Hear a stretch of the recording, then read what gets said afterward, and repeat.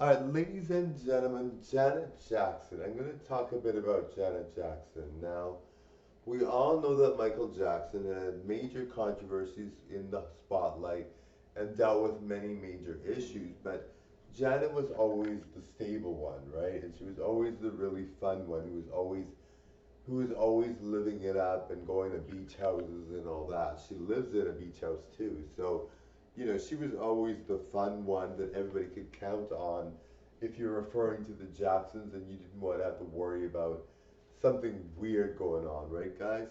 But of course, Michael Jackson probably, like, he was not accused of what he did. So, I mean, I'm sure it was innocent and everything, but it was just a weird situation, really. And then the whole, nose falling off, I mean, that's obviously tough. But I think Michael Jackson, obviously, his kids are very good kids. They're great. So obviously, he was a good dad.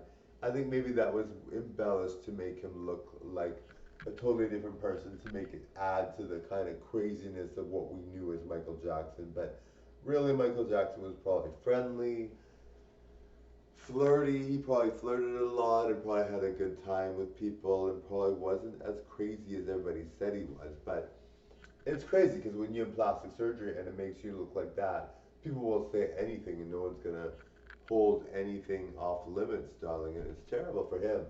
He lived a very terrible life. In some instances, you would think that people, whether they're that famous, should live a good life and should be happy, but he was seemed to have kind of like too much attention and too much negative attention. I felt. Anyway, thank you all for watching. Totally enjoyed. Bye now.